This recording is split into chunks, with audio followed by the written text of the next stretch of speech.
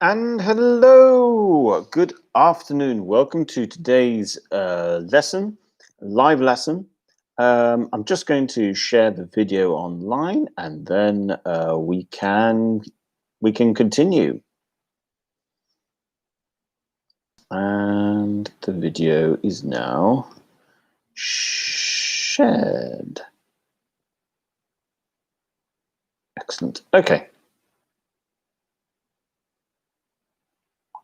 Great. Good afternoon. I hope everyone had a good weekend. Let me know who's watching.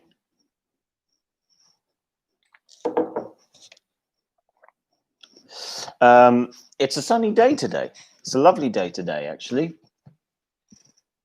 It's a bit overcast, but it's pretty nice. So in today's lesson, we are going to be looking at something called culture shock. Culture shock is when you go to a new place with a different culture and you find it surprising. Basically, you're out of your comfort zone and some things are new. Good afternoon, LBS.com. Thank you for joining today's lesson. I had a good weekend, thank you. What about you, LBS.com? Did you have a good weekend? Evelina says, good afternoon. Good afternoon, Evelina. Welcome to today's lesson. Leondina says, hi, Richard. You too, Leondina. Welcome to today's lesson. Did you have a good weekend? Arina says, happy Monday. Happy Monday indeed. It is a happy Monday. It is a happy Monday. Yeah, you know, I don't think I need the hat anymore. I think my hair has grown back enough. I think it's okay. I think it's now acceptable. When I first cut my own hair, it was terrible, but I think it's okay now. I think it's passable. Alejandra says hi. Hello, Alejandra. Good afternoon. Welcome to today's lesson. So, guys, yeah, culture shock. This is something I'm sure all of you have experienced at some point in your life when traveling. So you go to a new place and it's your what we would say is actually, there's another thing. It's a shock to your system. It's a shock to your system. Okay. You can sometimes replace your to the as well. You've got that option, but basically imagine you're in an environment that is definitely not your environment. The culture is different. So this is, for instance, exactly when you go to a new place. Maybe the religion is different in terms of the religious practices, if you're into that. Maybe the way people drive. In fact, driving is a big one. Like if you are let's say you are used to driving in Germany, and then you come to drive in Malta, that will be a culture shock. Driving is very different. Driving in South America, that is different.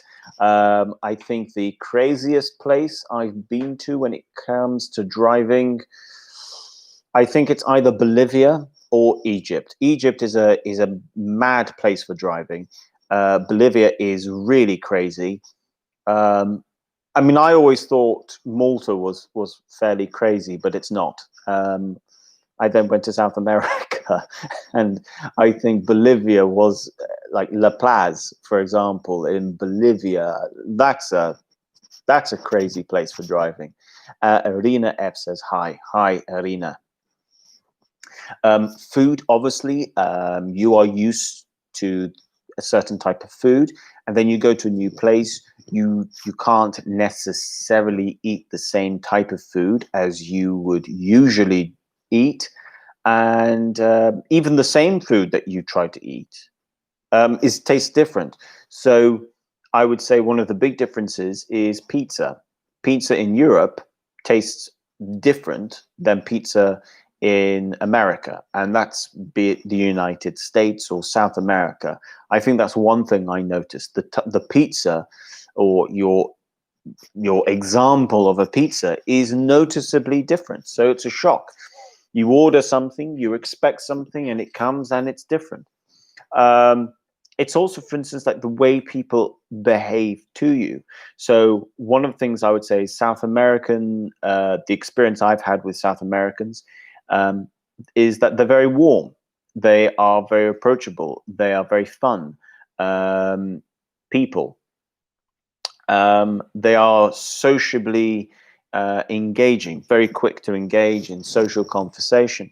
There are certain cultures that are not as warm. For instance, a typical example, some Eastern European countries, for example, you will find are very different from South American countries. So that's what we mean by a culture shock, and also like the working culture as well. I think one massive difference in working culture is if you go to Japanese working culture. So if you go to Japan and you work in Japan, you will see that the working culture in Japan is different to the working culture in Europe and South America as well. So there's a education culture as well. A really good example is if you compare South Korean education and Scandinavian education. It's massively different. So this is what we mean by a culture shock. Now, some of you might have found that when you came and you arrived in Malta, you experienced a culture shock. Maybe it was the first time. Maybe it's your first time coming to Europe, living in Europe. And as a result, it might have been a bit of a shock to you. The prices of things, the taste of food. I think one of the big differences, for example, is the taste of fruit. So I think the fruit in South America it tastes amazing. Now, one example would be pineapple. I've never really liked pineapple. I didn't think the taste was particularly great. I can tell you, the pineapple in the UK is not nice. It's terrible. I think the pineapple in Malta is a bit sweeter. It's a bit nicer. But then when I got to South America and I tried pineapple in Ecuador, Peru, the taste was different. It was like I was tasting pineapple for the first time. The taste was so different. So all of these things that we can talk about here comes under culture shock, and we're going to look at the type of language we can use to help explain and describe culture shock, really, and what we found different. And this is the first word I'm going to introduce to you. Some of you might already know it, some of you might not. But the word found, and why we use the word found or find. When we use the word, especially past experiences, found, for example, so you got find in the present and found in the past. We are talking about, in this case, not, oh, I discovered something, there it is. We're actually talking about our experience.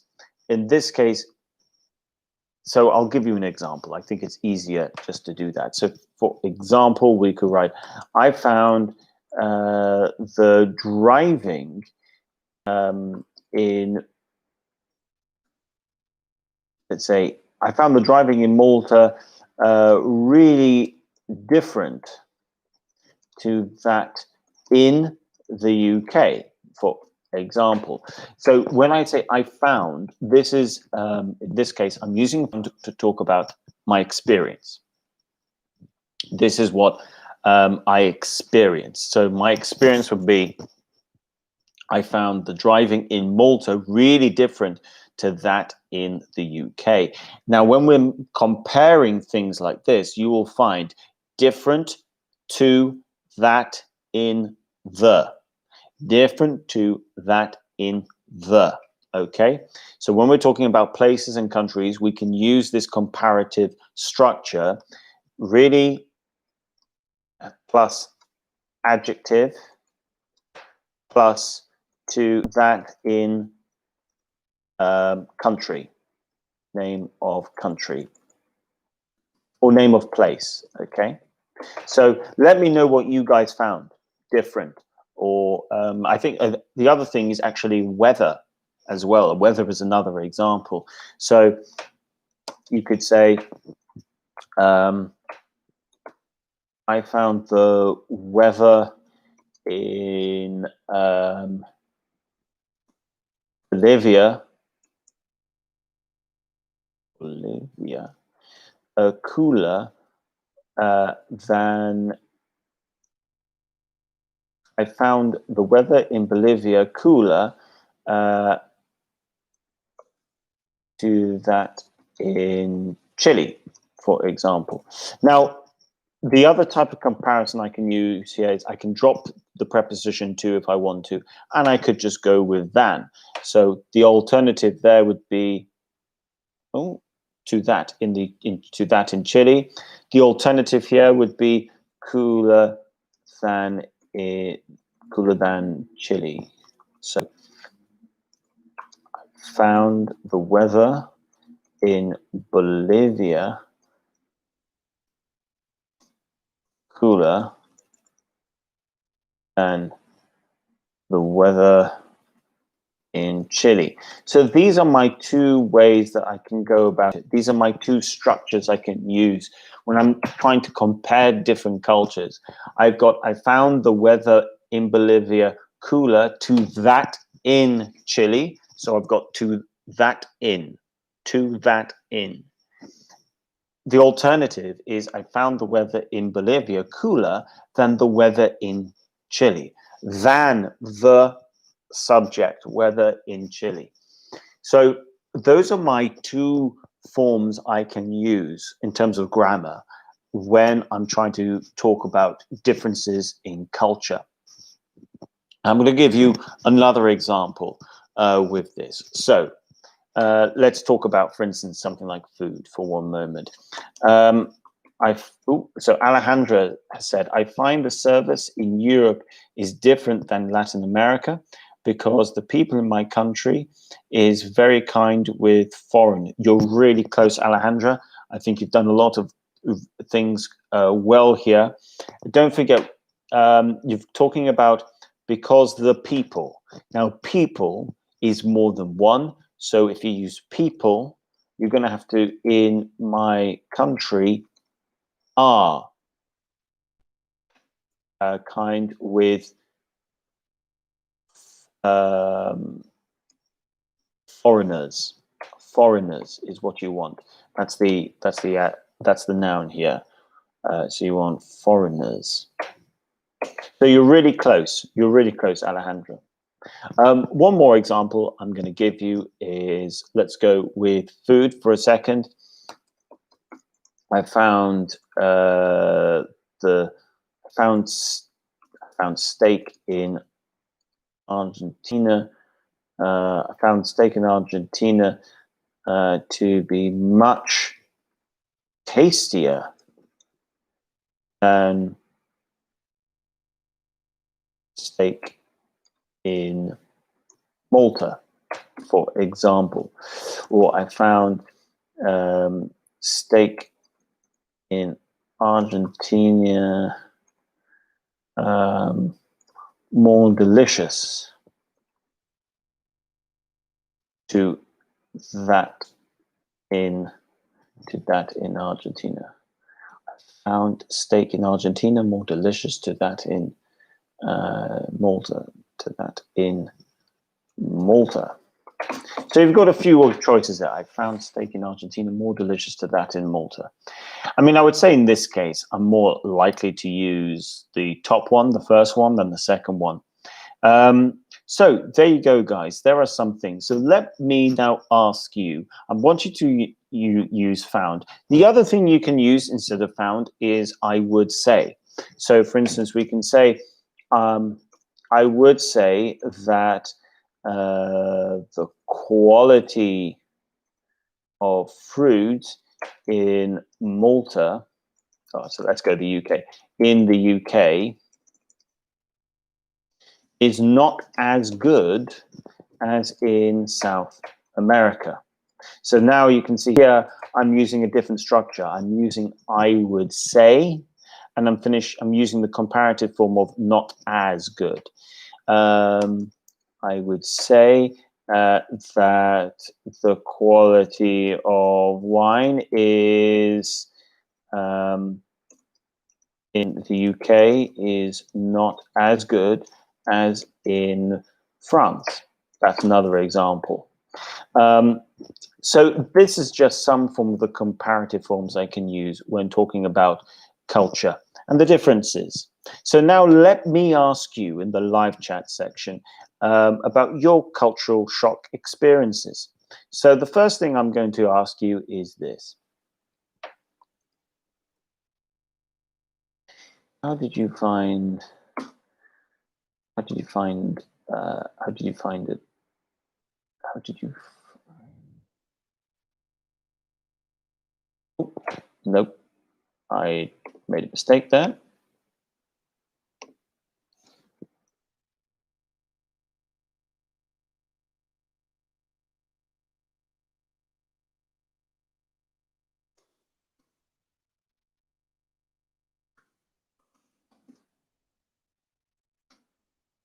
So we'll start off with a nice simple question.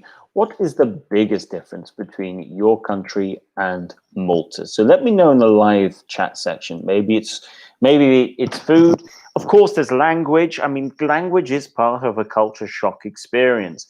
Going to a new place, and if you cannot speak the language, then it's going to be more difficult. The other thing you will find is, and I'm sure that those of you who are Spanish speaking but have gone to other Spanish speaking countries, is maybe the culture shock in the way that Spanish is used.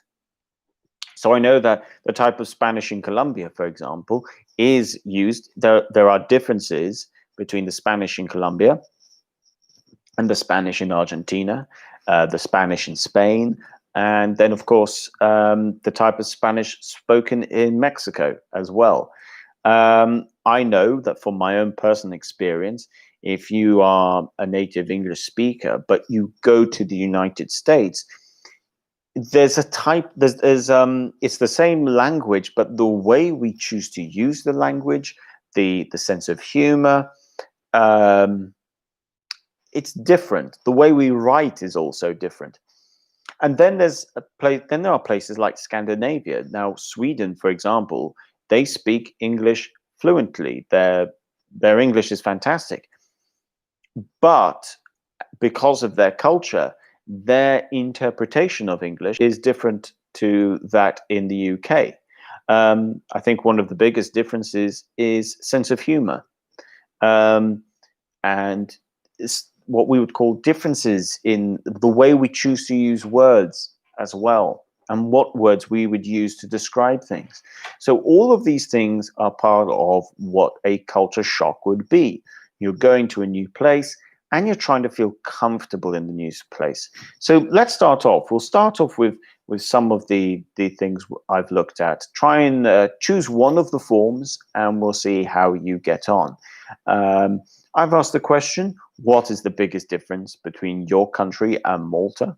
Let me know in the live chat section what you would say is the biggest difference. Maybe it's driving. Maybe it's the working culture. Maybe it's the way people choose to live.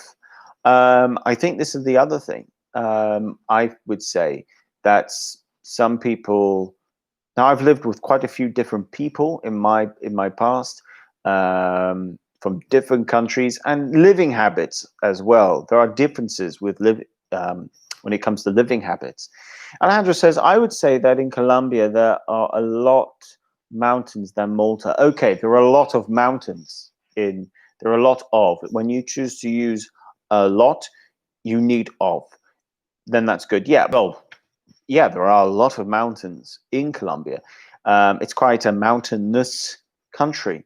Malta, there are no mountains. There are hills. I mean, there are hills in Malta, but I don't think there's anywhere in Malta that you could call a mountain, really. Irina says, in Ukraine, people don't smile as much as in Malta. Well, there you go. That's a culture difference. That's a cultural difference, Irina. And that's a good one. That's a very good example. I think smiling is an interesting one, actually. There are some cultures where smiling is more common. Um, Again, I would say my experience is South America, people smile a lot. Um, I think there are definitely certain parts of Europe where smiling might not be as common, usually perhaps towards the east. Um, Evelina says the biggest difference is the language. Yeah, I would say so. The biggest difference might very well be language. Um, Definitely, actually, yeah. Language is always going to be a really big difference. Is always going to be a difficult one. Um, you also have a difference in terms of like a social culture as well. So, for instance, in Malta, because it's of the weather, there's a culture of being outside a lot in the summer, drinking, eating in the outdoors. And that's the same in Australia, for example. But in the UK, as much as we do like to be outside, there's obviously more of a culture to be indoors because of the weather. Um, then you've got a cafe culture. So if you go to Spain, France, Italy, for example, there's a strong cafe culture. There's a strong culture of going to a cafe and sitting there for a long time, uh, doing your thing, basically. There's also, I mean, in Spain, for example, they like to have an afternoon sleep. In Malta, some people do like to have an afternoon sleep. Um, it's part of their working culture. Um, okay, so some of you have come up with some interesting things. Let me now ask you a different thing. And this time we're going to get into some more specifics here. Okay. Let's go with Elvius comes says, I would say living the quarantine in Malta was better than in my country. Okay, I would say instead of living, I would say being. I think that's the only, I would say being in quarantine in Malta is better than in my country. I would change, first of all, this is still ongoing. So instead of was, probably go with is. And instead of living, I would say being.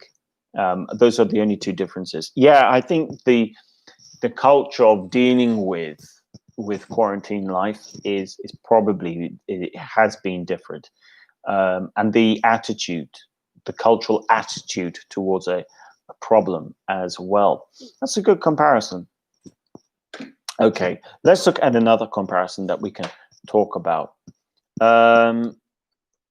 Evelina says, in Italy, the people driving on the right is very different. Yeah, driving is always going to be a different one.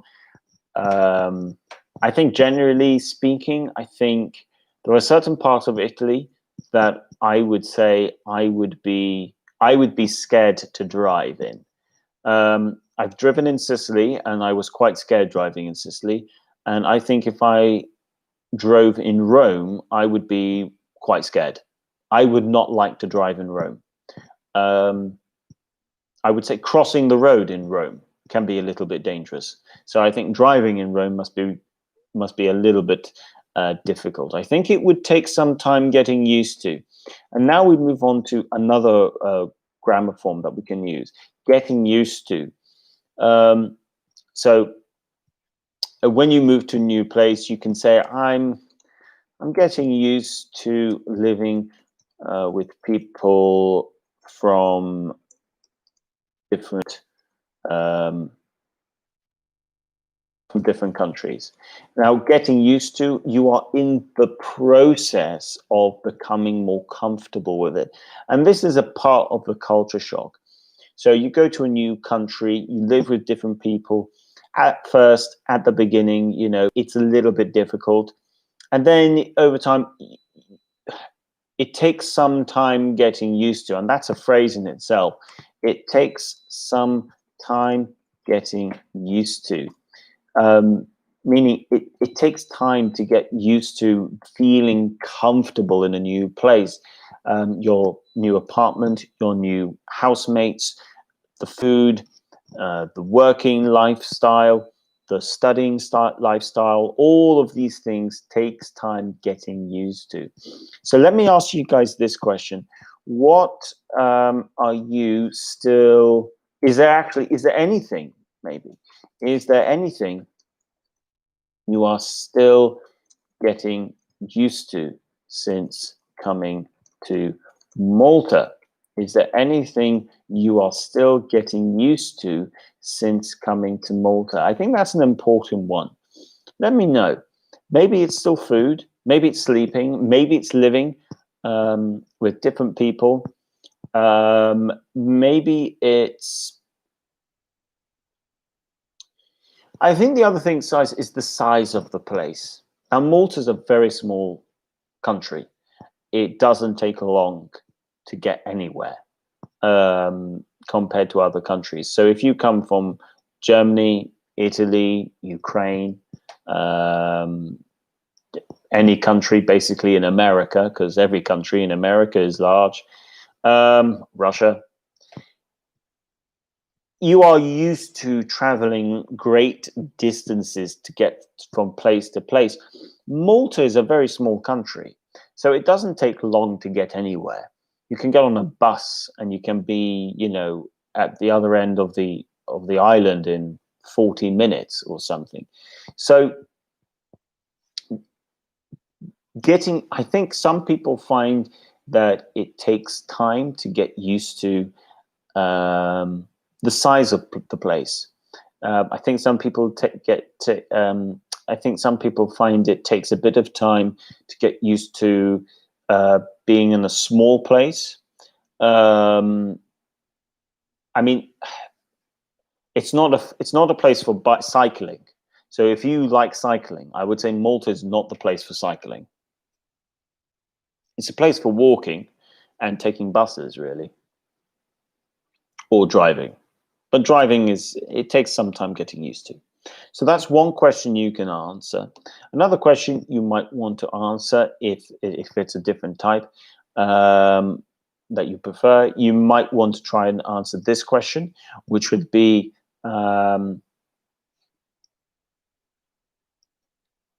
what food is better in Malta than in your country? This will be an interesting one, because usually it's easy to think of the food in your country that is better. But when you go to a different place like Malta, maybe there's some food that's better in Malta than in your home country. I think one type of food that I think Malta is actually quite good at making is, I think, actually, you know what? I think the quality of the vegetables can be quite good, but that's because we get a lot of food from Sicily. So I don't know if I can say that. Pizza. I think the pizza in Malta tends to be quite good. Leondina says, in my opinion, it takes some getting used to driving in Malta. That's a really good attempt, Leondina. You're just forgetting time. It takes some time getting, and that's a perfect sentence. Really good. Well done, Leondina. I like that sentence. That's good stuff. Yeah, it does take some time getting used to driving in Malta. I mean, if you grow up driving on the right and then you try to drive on the left, for example, it's going to be a little bit difficult. I think roundabouts can be a little bit difficult. I think that's what I would say I find a little bit difficult when I come to a roundabout and I'm driving on the other side of the road. That can be a little bit difficult. Let me know, though. So is there anything you are still getting used to since coming to Malta? And let me know, what food is better in Malta than in your country? I think one ingredient actually that in Malta I think is actually really good are the tomatoes. I think the tomatoes in Malta, for example, they're much tastier than the tomatoes in England. In fact, I think when it comes to fruits and vegetables, most things I can think of are tastier in Malta than in the UK. But I think that's because of supermarket food. Because I know that if you go to a farm, like a farm shop in the UK, the quality of local food is really good. But I think it's more to do with supermarket food. Let me know in the comments, actually. I think supermarket food is always something interesting to compare as well. I would say, like, it did it take some time getting used to shopping in South America? Maybe, maybe. I think one of the things is that you go into a supermarket and you're looking for something that you know you can always find in your country, and then you go to a supermarket in a different country and you can't find it. And then you try to find maybe something that's a bit similar. Um, I think that's a common thing, probably when shopping. Let me know if any of you have found that. I know that, um, for instance, I know that if you go to Colombia, for example, if you're in Colombia, you can find certain pre-made sauces that are common in Colombia. Maybe a sauce that you would have with, like, when you make arepas, for example. But here you can't find that, so you have to make the sauce yourself. But let me know. Let me know in the live comment section. Have a go, even if you're not sure about the language structure. Have a go still. But this is it. These are what we're looking at here is your normal comparison language structures that you can use to compare different things with culture shock. I think one of the countries that would be one of the biggest differences in culture shock that I have experienced is Dubai. That's quite strange because you have a lot of Western shops, but everything else is very much traditional Arabic. So people are walking around in their Arabic clothing. Obviously, the language, the way people, what you can do, what you cannot do in public. I think that's a big one, actually, when you go from a European country to an Arabic country. What you can do in public, what you cannot do in public. The laws are different, and that can be a bit of a culture shock as well. And the other thing as well is sometimes poverty. That can be a culture shock. I think, for instance, in Europe, you do see there is a homeless problem in most countries. Malta, not so much. But then if you go to the Far East, if you go to like India, Bangladesh, Thailand, Cambodia, then you start to see a poverty on a much greater scale. I found as well, maybe in some parts of South America as well. So there are lots of things, but let me know let me know other things that you might say were culture shock. What things? What things actually? Things were culture shock to you. Actually, what's the biggest culture shock you've had? Maybe that's a better question. What's biggest culture shock you've had? So it doesn't necessarily have to be with Malta. So there's a few questions we can ask here. I know that in this case we're focusing more on just trying to talk about content, not so much accuracy. So I'm aware of that. I haven't gone into the grammar too much. I can always go into the grammar a little bit more on Wednesday, where we will be looking at some comparisons again, but with a slightly different emphasis. And in that lesson, I'll go into the grammar a little bit more. in that sense. So let me know what's the biggest culture shock you've had.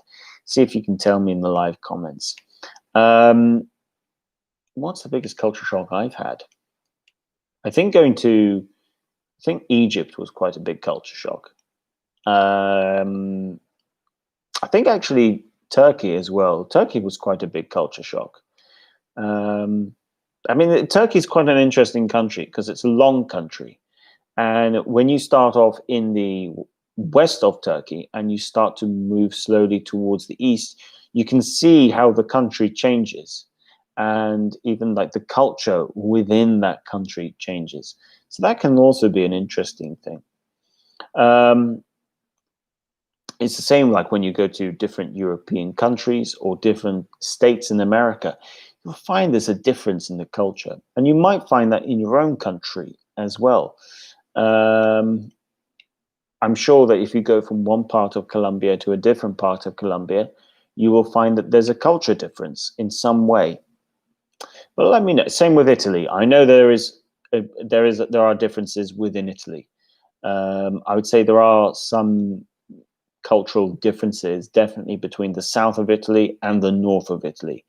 LVScom says the biggest culture shock that I have had was with an indigenous community. Oh, wow. Can you tell me where the indigenous community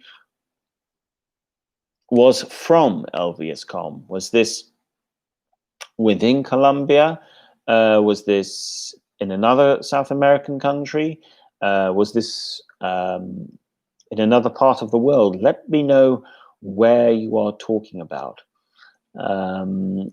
Leondina says, I've had a big culture shock when I went in Thailand, looking at many people living in misery. Yeah, that's going to be a big culture shock. That's going to be a massive culture shock.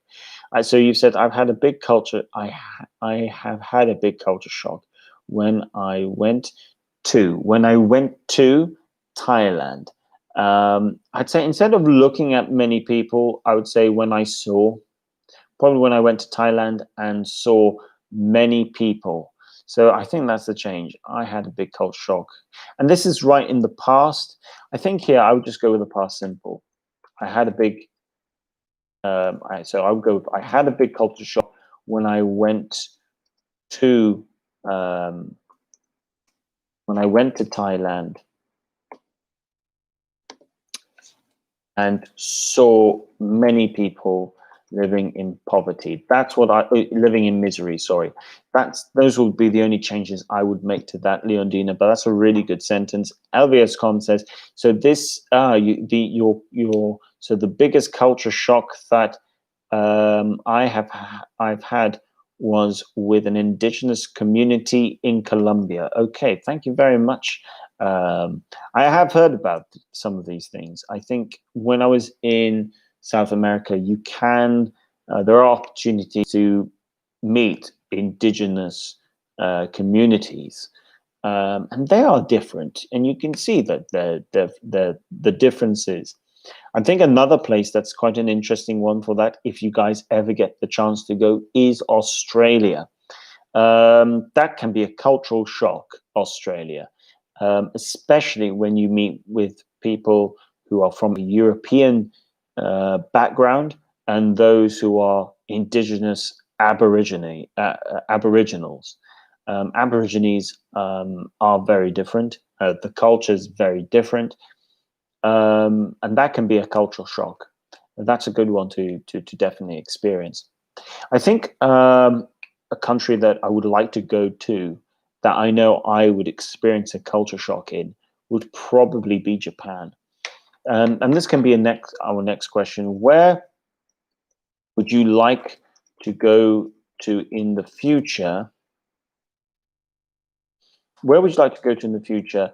And would it be a big culture shock to go? So that can be our finishing question today. Where would you like to go to in the future, and would it be a big culture shock to go? Or would it be a big culture shock to you? For me, I think Japan. I think Japan would be a really big cultural shock. Um, there's the language that's different. The food is different. I know the public transport is very different from Malta, obviously, very different as well from to that in the UK, to that in the UK, and even sort of, for instance, I think food in the sense of what you would have for breakfast. I think breakfast is an interesting culture shock. Um, I mean, I cannot imagine having soup or rice for breakfast. The idea of having soup or rice for breakfast, or fish, is I would say, if it's really different, you can say it's alien to me.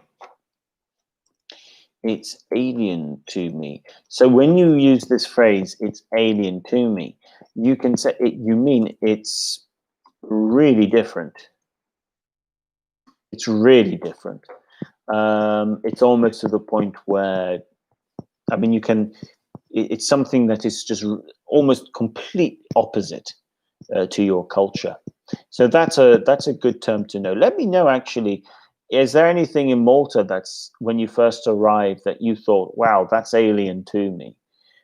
It's really different to what I am used to. I don't think I saw anything in South America that I thought to myself, that's alien to me.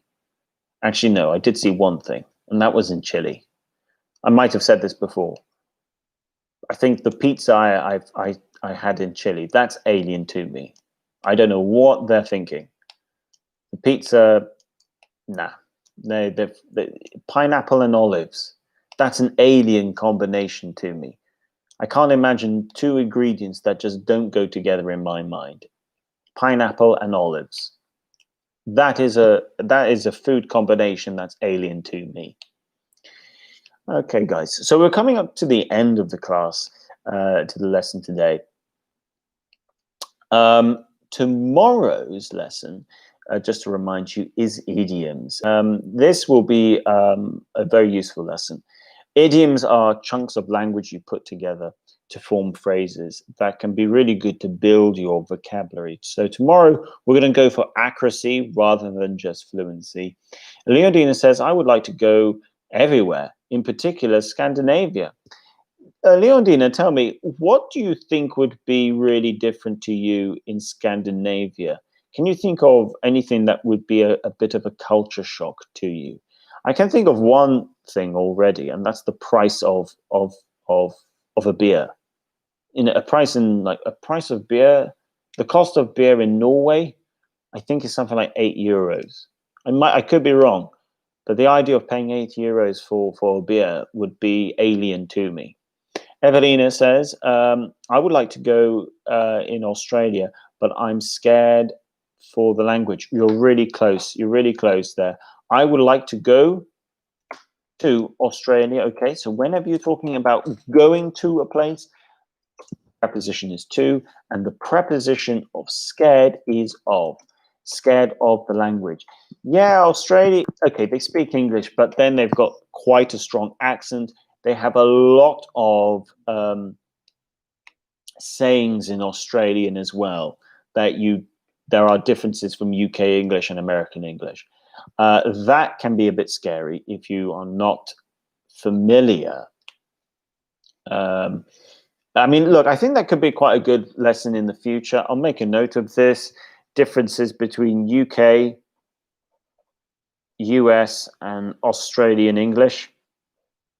Like the video if you would like to have a lesson whereby I teach you guys about the differences in language between UK English, Australian English, and US English.